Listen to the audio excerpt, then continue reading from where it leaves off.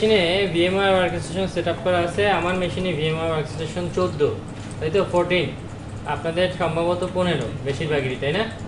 যদি কারো 12 বা এই ভার্সন থাকে দেখতে পারেন। খেয়াল করে দেখেন, এই VMware ওপেন হওয়ার পর উপরের দিকে একটা মেনু বার আছে। এই মেনু বারের ভিতরে এডিট নামে একটা মেনু আছে, তার ভিতরে ভার্চুয়াল নেটওয়ার্ক এডিটর নামে একটা অপশন আছে, তাই না?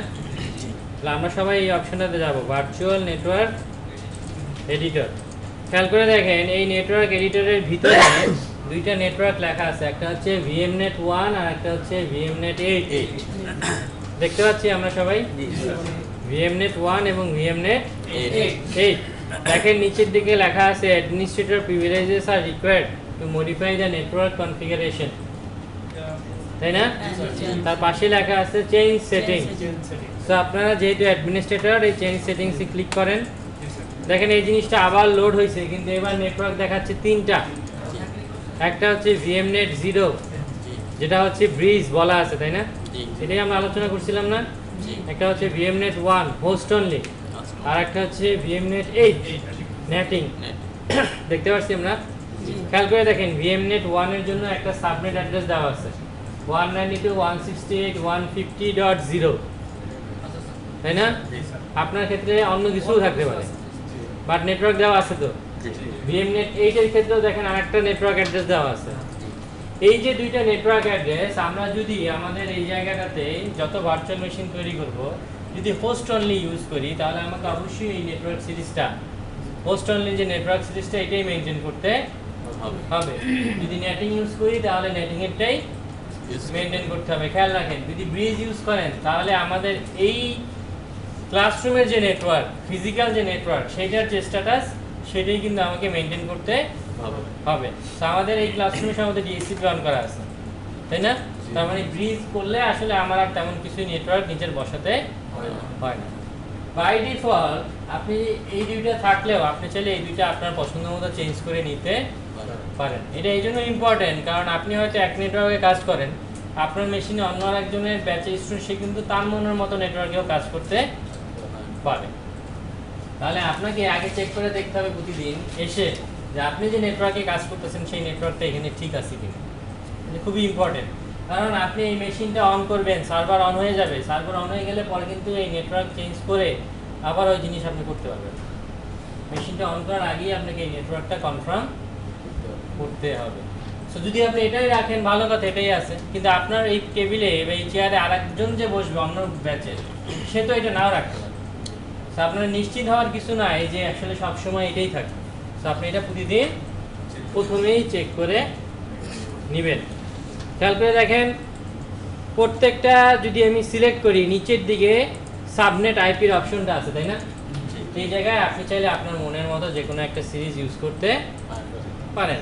ফর এক্সাম্পল, যদি আমরা হোস্ট অনলির ক্ষেত্রে 192.168.0 সিরিজ ইউজ করতে চাই, তাহলে আমি দিয়ে দিচ্ছি 192.168.0.0। তাহলে এখন কি হবে, হোস্ট অনলিতে এই 0 সিরিজের নেটওয়ার্কটা যাবে না, তাই তো? দেখেন এখন এটা কিন্তু চেঞ্জ হয়ে গেছে, বুঝতে পারছেন কিনা?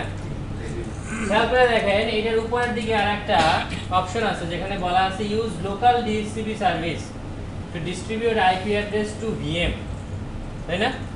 তার মানে VMware এর নিজের একটা লোকাল DHCP সার্ভিস আছে, যে সার্ভিসের মাধ্যমে আপনি যে ভার্চুয়াল মেশিনগুলোতে হোস্ট অনলি কানেকশন করবেন, তাকে সে অটোমেটিক্যালি আইপি প্রোভাইড করবে।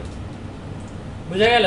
যেহেতু আমরা আমাদের সার্ভারের ভিতরেও DHCP সার্ভিস ইনস্টল করব, এই জন্য আমাকে অবশ্যই এই DHCP সার্ভিসটা অফ করে নিতে হবে। একটা নেটওয়ার্কে কি দুইটা DHCP সার্ভিস চলতে পারে? পারে না। তো অবশ্যই আমাকে এই DHCP সার্ভিসটা অফ করে নিতে হবে। এটা অবশ্যই তখন লাগবে যখন আমি DHCP সার্ভিস নিয়ে কাজ করব। যদি না করেন, এখন হয়তো কোনো সমস্যা হবে না, যেদিন DHCP সার্ভিস নিয়ে কাজ করবো ওই দিনই শুধু হবে। বুঝা গেল? ফার্দার এটা চেঞ্জ করা যাবে, যে কোনো সময় চেঞ্জ করবে। বুঝতে পারছেন সবাই? খেয়াল করে দেখেন, এই নেটওয়ার্কগুলো কোথায় আছে। এই নেটওয়ার্কগুলো আমরা যদি আমাদের অ্যাডাপ্টার সেটিংসে যাই, তাহলে দেখেন এই জায়গাটাতে এই যে ভার্চুয়াল নেটওয়ার্ক অ্যাডাপ্টার, না VMware নেটওয়ার্ক অ্যাডাপ্টার VMnet 1 এবং VMnet 8 আছে। আমি বলছিলাম না যে আমাদের হোস্ট মেশিনেও কিন্তু দুইটা অ্যাডাপ্টার থাকতে হবে, তাই না? নাহলে VM কীভাবে এর সাথে কমিউনিকেট করবে? খেয়াল করে দেখেন আমরা যদি ভিএমনেট 1 এর আইপিটা চেক করি, খেয়াল করে দেখেন এই আইপিটাতে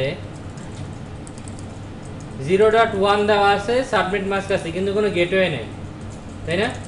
এই আইপিটা কি আপনি বসেছেন? অটোমেটিক পেয়ে গেছে না? কারণ কি? ডিএসসিপি করা না, সেটা না, কারণ হচ্ছে এই নেটওয়ার্কটাকেই সে মেইন নেটওয়ার্ক হিসেবে নিছে। এই ডিএসসিপি দিয়ে আইপি কখনোই পাবে না। এই লোকাল মেশিন এর মাধ্যমে ডিএসসিপি প্রোভাইড করে, তো এই ডিএসসিপি আইপিটা পাবে। যে নেটওয়ার্ক কার্ডের মাধ্যমে আপনি ডিএসসিপি প্রোভাইড করেন সেই নেটওয়ার্ক কার্ড কিন্তু ডিএসসিপি পায় না। আপনি যে সার্ভার বানাবেন আপনার নিজেকে ডিএসসিপি দিতে পারবেন না, ডিএসসিপি ক্লায়েন্টকে দিতে পারবেন। তো এই ভিএমআর এর জন্য তো একটা সার্ভার লাগবে, তো এই অ্যাডাপ্টারটাকেই সার্ভার হিসেবে ইউজ করতেছে। আপনি চাইলে এই আইপি চেঞ্জ করে নিতে পারেন, এখন আবার এখানে ভিতরে প্রপার্টিস কোনো সমস্যা নেই, কাজ করবে। বুঝা গেল? খেয়াল করে দেখেন ভিএমনেট 8 এর কি অবস্থা। দেখেন এইটার ক্ষেত্রে ডিএসসিপি এনেবল ইএস দেওয়া আছে, তাই না? তার মানে এই ক্ষেত্রে ডিএসসিপি সার্ভার হিসেবে আরেকজন কাজ করতেছে, দেখেন 254, তাই না? সেটা ভিএমআই নিজেই। এবং দেখেন এইটার আইপি অ্যাড্রেস সে এটারই যে কোনো একটা দেখাচ্ছে আর কি, সাধারণত ও 1টাই দেখায় মেইন আইপি হিসেবে। তো আপনি যদি চান আপনি এগুলো চেঞ্জ করে নিতে পারেন। আমাদের এই কেসে আমরা যদি ব্রিজ নেটওয়ার্কটাকে সিলেক্ট করি, দেখবেন ব্রিজ নেটওয়ার্কে এখানে বলা আছে ব্রিজ টু অটোমেটিক। অটোমেটিক মানে হচ্ছে যেহেতু আমার এই মেশিনে দুইটা নেটওয়ার্ক কার্ড আছে ফিজিক্যাল, একটা ওয়াইফাই আর একটা হচ্ছে ল্যান, তাই না? সো যেটার মধ্যে ইন্টারনেট থাকবে সে অটোমেটিক্যালি সেটার সাথেই কানেক্ট হয়ে যাবে।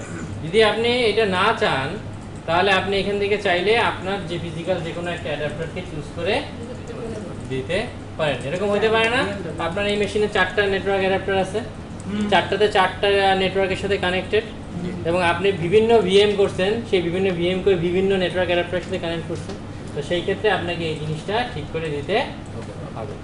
খেয়াল করে দেখেন এইখানে অ্যাড নেটওয়ার্ক নামে একটা অপশন আছে। আপনি যদি নতুন অন্য কোনো নেটওয়ার্ক তৈরি করতে চান, এখানে তো মাত্র কয়টা নেটওয়ার্ক আছে? 3টা, তাই না?